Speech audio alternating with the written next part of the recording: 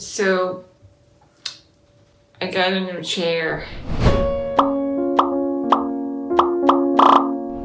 Typically, this would be a momentous occasion. To get a new power wheelchair is a lot of work. There's a lot of bureaucratic processes that you have to go through, steps you need to take, people you need to visit, authorizations you need to get, and by the time this thing finally comes, it's like, should be a relief. But I just feel discombobulated, and when I was getting ready to shoot and I was putting on my makeup and I just kept piling on the makeup, I realized I am feeling really insecure. With more insecurity, I just put on more makeup, so you have an ultra glamorous look today. I feel like my body's been transplanted, everything is off. Brandon, one of our first guests, and our lovely friend, he told me this is the most comfortable wheelchair ever, and Brandon, you were wrong. I'm just gonna say it. Like, he's gonna be so crushed. It's a Permobil, and I know so many people in my life, friends, acquaintances, who love this brand, and I'm sure it's going to work out. I have to have faith. Dan keeps telling me, just have patience. It's all going to be okay. But I'm kind of freaking out, because this is an extension of me. It's how strong I feel towards my chairs. And Dan and I, we were talking about how many chairs we've had. I started out in a manual chair. It was bright red. It was adorable. And I think I started it when I first attended school in kindergarten. Angel, my best friend, in kindergarten, and we're still friends today. Hey, Angel. She probably remembers this chair. I mean, it was legendary. But then I got my first power wheelchair, and it was a quickie. And then Dan said, he got a quickie. That was your first power wheelchair? Yes. But I also used manual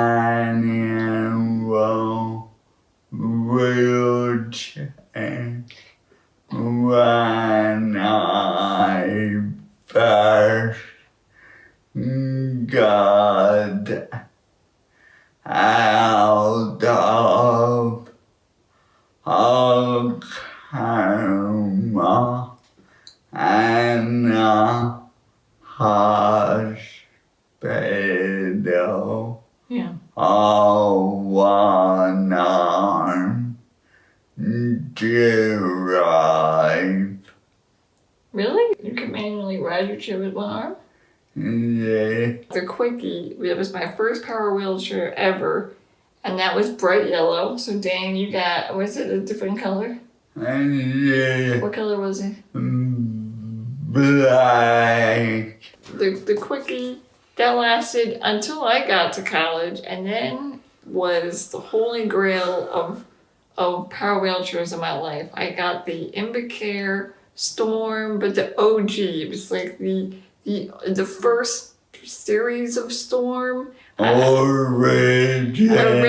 Thanks, Dan. Gangster.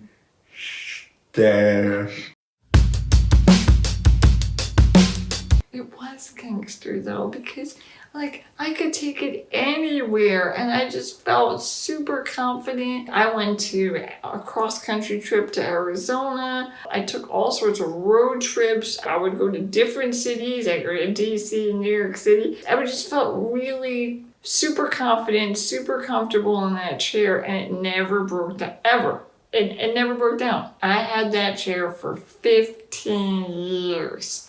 And the day I had to give it up was a very difficult day, but I knew it wasn't going to last that much longer. It sounded like it was just needed to retire. But it never broke down. And then I had a blip of a chair which never got the proper loops I did like this. I think I told you this. Probably. Thanks for listening. There are loops on most power wheelchairs from most popular brands such as Invacare and Permobil where you can attach car straps that will keep a power wheelchair in place when you're riding in a vehicle. That chair was delivered to me brand new. It didn't have the soldered like loops that were supposed to be there, so there was no way for it to be properly secured in a vehicle. So I never got to use it, and I had to like give it away. So then I applied in 2012, no, in 2011 I think it was. It takes about a year to get a new power wheelchair. I mean, this is like a year of your life. The last chair was okay. It was like a different seating arrangement. It never fully broke down and stopped working, but the sounds that would come out of my last chair weren't good. But the seating was a lot better because I took the time to go through every little detail. This feels really off. A large part of why we're sharing this with you is that someone like Dan, okay, who was in an accident and he wasn't, born with a disability, his body shape is the average body shape. So his torso is an average height, his legs are an average height, and so when he gets seated for his new power wheelchair, it's relatively simple. He doesn't need all these minute adjustments, and I'm generalizing here. I mean, I'm sure there are some people with spinal cord injuries and other sorts of disabilities that they acquired where they do need a lot of micro adjustments. But I think that people who are different from the average body type, such as myself, like I'm very short torsoed, I had to get a spinal fusion, my legs are way shorter than the average length of a woman my age, and then we won't even go into like the different disabilities out there. So it really takes a lot of adjustments to feel as though you're balanced and confident and comfortably seated. This is the essence of my struggle. It's something that I'm going to have to work through, and it feels like it may take a while. I miss my old chair very, very badly, but I still have it, but not with me right now. Anyway, so I'm going to back up. I can go up really high.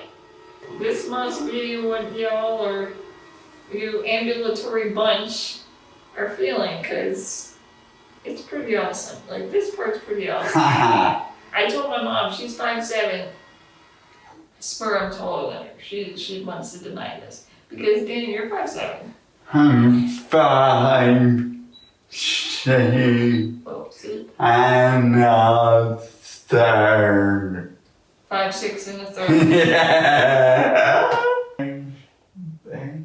Okay. Look how tall I am, guys. But my legs are contracted. My body forms this seated position, and I don't need them to my knees to get further tight. So I need to figure out a way to get my legs more forward. And then this thing is like, I mean, it's so big and it gets in the way. It's like a monster. Then there's also the tilt feature, which is my savior. Now, this is so helpful. Oh, won't let me tilt back all the way. Well, because I'm already elevated. Got it, Permobil.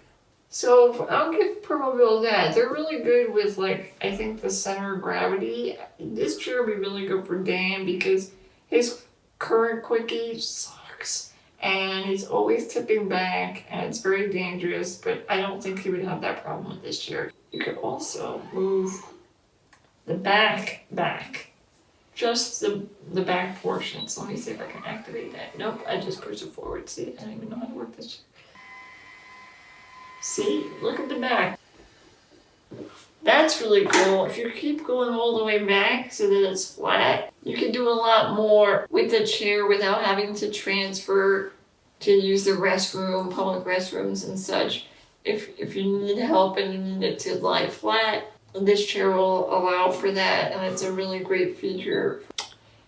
I hope this highlighted some unique challenges that some of our viewers already experience and live with. If I'm missing certain things about the new wheelchair process, please leave a comment below and let us know and educate the others. I hope that wheelchair companies will eventually make things even more customizable, because this is such vital equipment, and to have to go through this transition stage is very painful. Thank you so much for watching.